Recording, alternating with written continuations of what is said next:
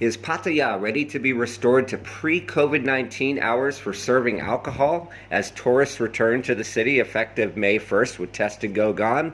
Well, that was the question that was asked in the meeting footage that you're looking at this weekend between police officers from Chonburi, Pattaya, Bangkok, provincial police, as well as relevant agencies and officials from all around the province, including the governor, who all gathered locally to talk about the importance of Pattaya as a tourism attraction.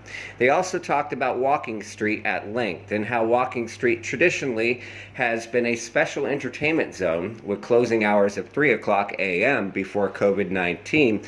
And as Pattaya is a special administrative zone, those hours were legally allowed.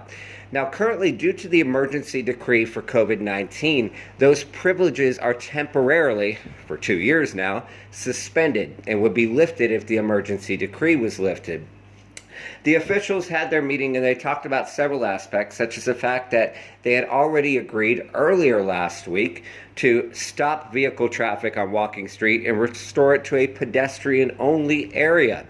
They've also discussed, of course, as stated, restoring nightlife hours and even the legal reopening of nightlife. However, those measures are set at a national level currently, as discussed, and although nearly every official agrees that 11 and 12 o'clock was way too early for the majority of tourists, their hands are somewhat tied currently, although they will definitely give recommendations to the National COVID Center for a possible exception.